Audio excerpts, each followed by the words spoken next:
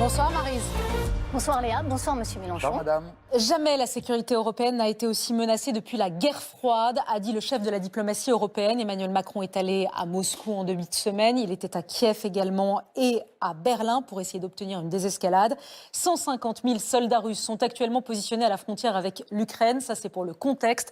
Mais Maryse, vous aviez d'abord une première question précise à poser à Jean-Luc Mélenchon sur le maître du Kremlin. Oui, Monsieur Mélenchon, vous êtes souvent perçu comme quelqu'un qui soutient Vladimir Poutine, même si vous le niez. Et c'est vrai que dans ce dossier ukrainien, vous lui trouvez quand même assez souvent des circonstances atténuantes. Alors éloignons-nous un tout petit peu de l'Ukraine pour se concentrer sur Vladimir Poutine, qui écrase l'actualité internationale en ce moment. Vous, Monsieur Mélenchon, vous dites être un républicain. Pouvez-vous répondre à cette question assez simple? À vos yeux, Vladimir Poutine, c'est un autocrate ou un démocrate? Question simple qui appelle, si vous voulez bien, une réponse simple. Non. Non, parce que ça m'indiffère. Je vais vous poser une autre question. Est-ce que le roi de l'Arabie Saoudite est un démocrate ou un autocrate? Moi, je ne vous parle pas de l'Arabie Saoudite. Je non, mais pensais c'est bien pour que vous dire, avez... madame, que... Mais... Pardon, c'est mon introduction. D'accord. Pour vous répondre. Hein? Je vous en prie.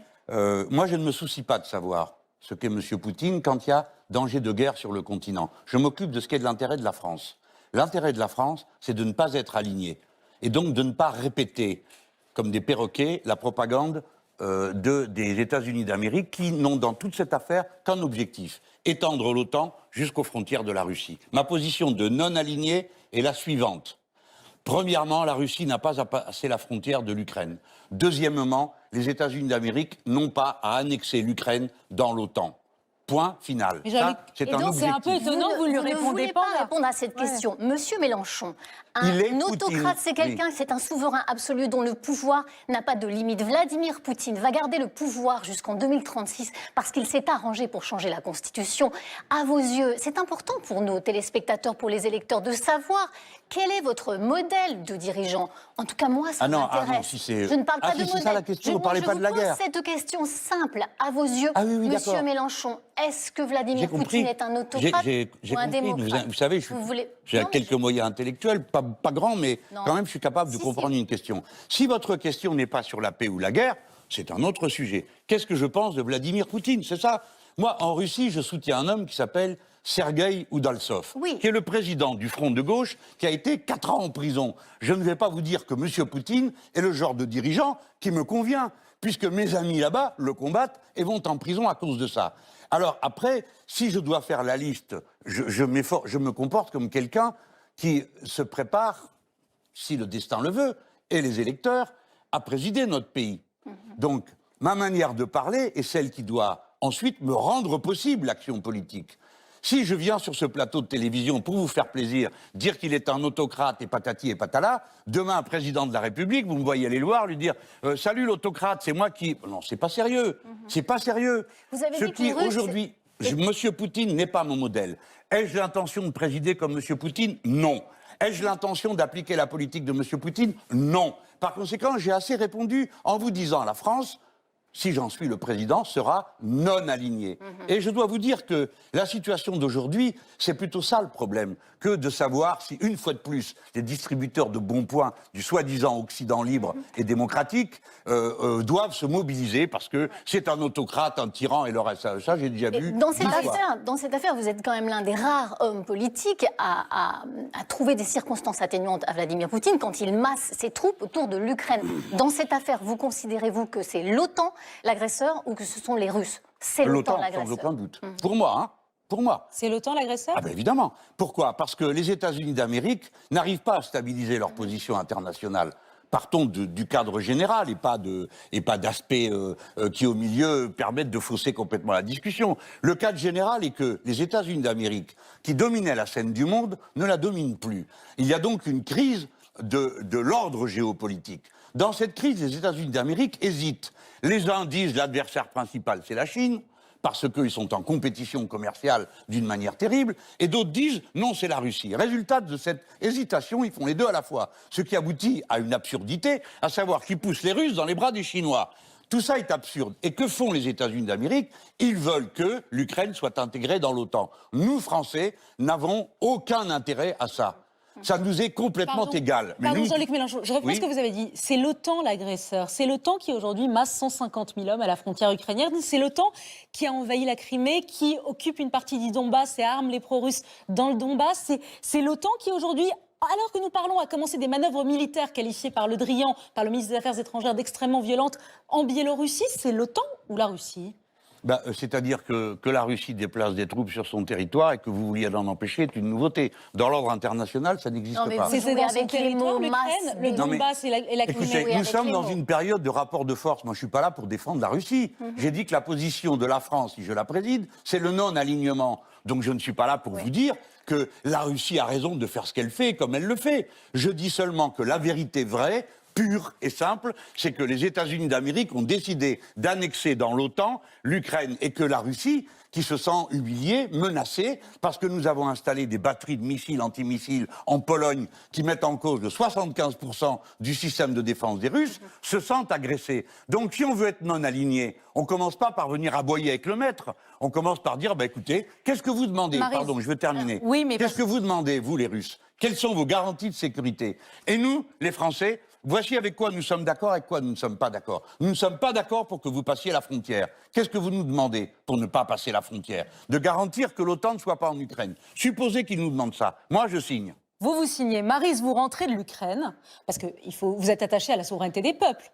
Oui. Que veulent les Ukrainiens ? Moi, je suis attaché aux frontières. Non, mais quand vous êtes en reportage, regardent vers l'Occident, vers la Russie. Ukraine, vous avez une majorité écrasante de la population qui vous dit sa volonté de se rapprocher de l'OTAN, avec une petite minorité russophone à l'Est qui, elle, penche plutôt vers la Russie. Vous, monsieur Mélenchon, qui êtes pour la souveraineté des peuples, comment vous ne pouvez pas, en fait, totalement soutenir cette volonté du peuple ukrainien ? Nous allons la constater, il va l'exprimer. Pour l'instant, je constate une chose. Le président élu de l'Ukraine, pas vous, pas moi, le président élu de l'Ukraine dit qu'il faut arrêter de dramatiser, que la situation n'est pas celle que décrit l'Occident et qu'il y en a marre de faire monter comme ça les enchères. Lui le dit. Oui, mais la population, M. Zelensky dit ça, la population est inquiète et a quand même 130 000 hommes massés autour de ses frontières. Donc vous imaginez bien la population. Bien sûr, la population s'est exprimée par un vote et vous permet de le dire. Écoutez, madame, ce n'est pas mon sujet.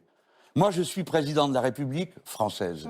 Je suis non aligné. Je ne veux pas que les Russes passent la frontière ukrainienne et je ne veux pas que les Américains installent l'OTAN en Ukraine. Non seulement pour des raisons qui ont à voir avec la Russie, mais aussi avec nous. Parce que je ne veux pas qu'on transforme l'Europe en un champ de bataille. La politique des Français a toujours été de dire que sur le territoire européen, nous ne voulions plus de guerre. Au point que les présidents français avaient inclus dans les intérêts vitaux de la France, qui nécessitent le déploiement de la dissuasion nucléaire, la paix sur le vieux continent. Et chaque fois qu'il y a eu une situation tendue, les dirigeants français ont toujours fait le bon choix. Par exemple, François Mitterrand a fait démonter les missiles à roulettes qui tiraient à 500 km. Quand les Américains ont déployé des Pershing, eh bien on a dit c'est curieux parce que les Russes déploient des fusées de leur côté et les Américains déploient des Pershing. Donc il était pour qu'on désarme les deux. Et je suis sur cette même position. C'est la position française traditionnelle. Jean-Luc Mélenchon, si vous le voulez bien, parce que le temps presse, il y a un autre sujet brûlant, et je sais que vous avez envie d'en parler. C'est le Mali. Je rappelle que l'ambassadeur français a été prié de sortir du pays, que nous avons toujours 5 000 hommes qui sont sur place au Mali pour lutter et femmes, bien sûr, contre les djihadistes. Cette opération a été lancée en 2013 par François Hollande. Maryse, votre question. Alors, sur le Mali, monsieur Mélenchon, vous dites on ne peut pas combattre avec les armes, on ne gagnera pas avec les armes.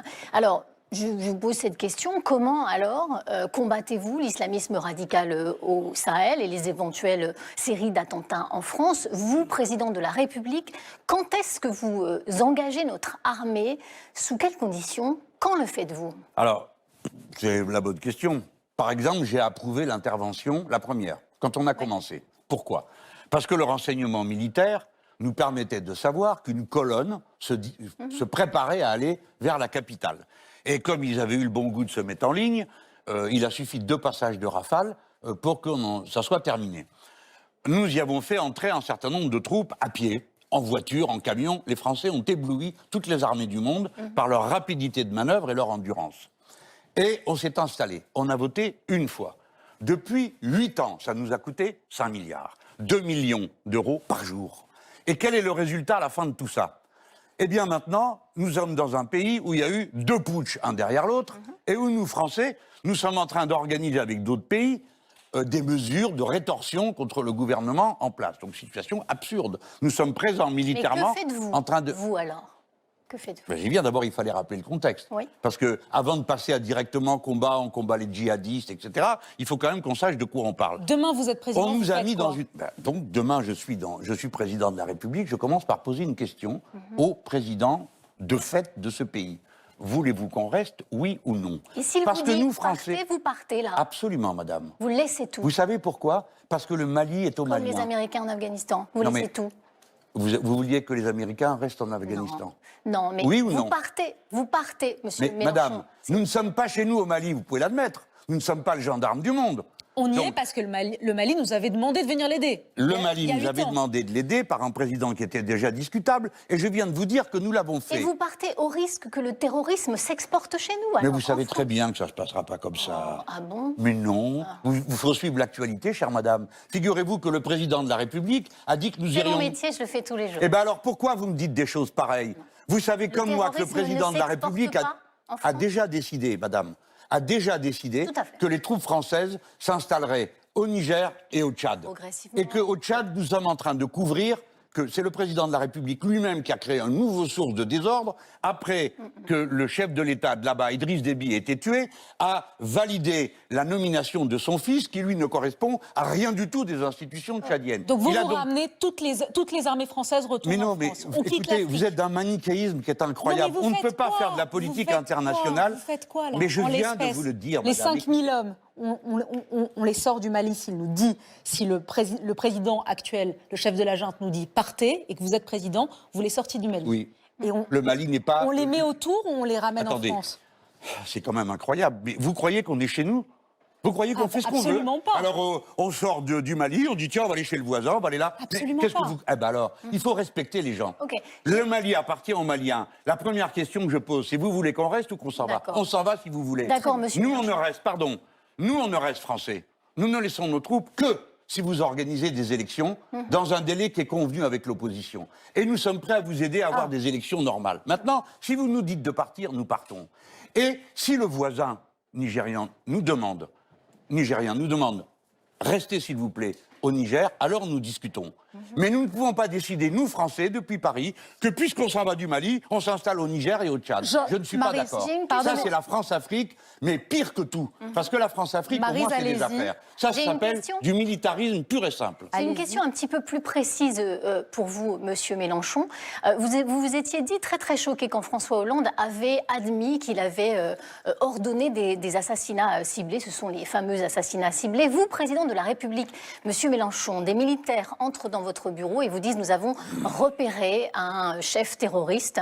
Quel est votre... il vous demande l'autorisation de l'abattre. Que décidez-vous, monsieur Mélenchon, oui ou non? Non. Non. On le capture. C'est très S'il clair. le faut, ça dépend où on est. Mais madame, de quoi êtes-vous en train de parler? D'un terroriste qui serait où? En France ou ailleurs? À l'étranger. À l'étranger. Donc nous tuons des gens à l'étranger. Avec l'autorisation de qui? Vous savez très bien que ça existe. Vous, à l'épreuve du pouvoir, vous direz non. Madame, je ne fais l'épreuve pas du ça. pouvoir m'empêcherait de vous répondre. Mais puisque vous voulez à tout prix me faire répondre, alors je vous réponds comme homme, non. Je ne suis pas d'accord pour que la France organise des assassinats dans les autres pays. Voilà.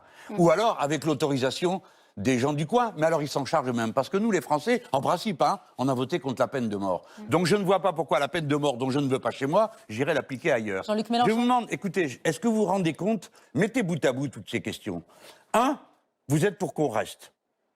Quoi qu'il arrive. 2, si on s'en va, Non, on va elle chez les donne- voisins. elle donne pas son 3, avis. est-ce qu'on a le droit de tuer les gens Elle chez vous les donne autres? pas Ah son mais moi avis, je me elle. Les bras permettrai m'en pas tombent. de... Elle vous je ne pose des donne pas questions. mon avis sur le Mali, monsieur Elle donne pas Mélenchon, son je n'ai avis, pas c'est cette pas son prétention. job. Oui, mais vous m'avez dit Loin de vous de là. abandonner, vous partez, Non, donc il non, faut non, rester. je ne vous ai pas dit ça. Je vous Si, ai mais demandé écoutez, les gens vont- que feriez-vous Attendez. si Bon, vous étiez... allez. Maryse, ça va vous intéresser puisque, Laurent, les Français qui nous regardent ont une question Ouais, mais, particulière à poser. pardon, mais je résume d'un mot.